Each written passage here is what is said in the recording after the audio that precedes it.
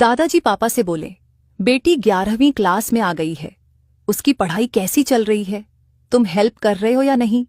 तो पापा बोले, नहीं दादाजी, काम थोड़ा ज्यादा है इसलिए ध्यान नहीं दे पा रहा हूं। दादाजी बोले, अरे काम तो चलता रहेगा, लेकिन बेटी की पढ़ाई का ध्यान तो रखना पड़ेगा ना। पापा बोले, आप सही बोल रहे हैं, लेकिन काम का बोझ भी है।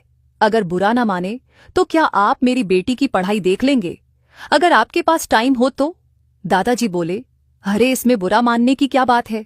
मैं दोपहर को खाली बैठे बैठे बोर होता रहता हूं तो मेरा भी टाइम पास हो जाएगा। इतना कहकर दादाजी ने मेरी तरफ देखकर आंख मारी और मैं स्माइल देते हुए फिर से टीवी देखने लगी। तभी मम्मी चाय लेकर आई तो दादाजी ने अपना हाथ मेरे टॉप से बाहर निकाल लिया। मम्मी बोली, दादाजी आपको कोई परेशानी तो नहीं होगी ना? दादाजी बोले, बिल्कुल नहीं, बल्कि मुझे तो खुशी होगी। मम्मी बोली, अकेली लड़की घर पर रहती है तो डर लगा रहता है, और आप साथ रहेंगे तो दिल को तसल्ली भी रहेगी।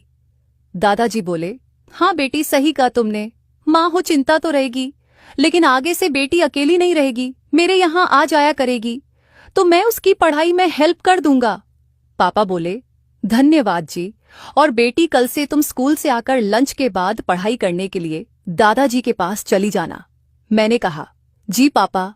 फिर चाय के बाद मम्मी किचन में चली गई और दादाजी ने अपना हाथ फिर से मेरे टॉप के अंदर कर दिया और उन्होंने इस बार अपना हाथ नीचे की तरफ स्कर्ट के अंदर डालने की कोशिश की।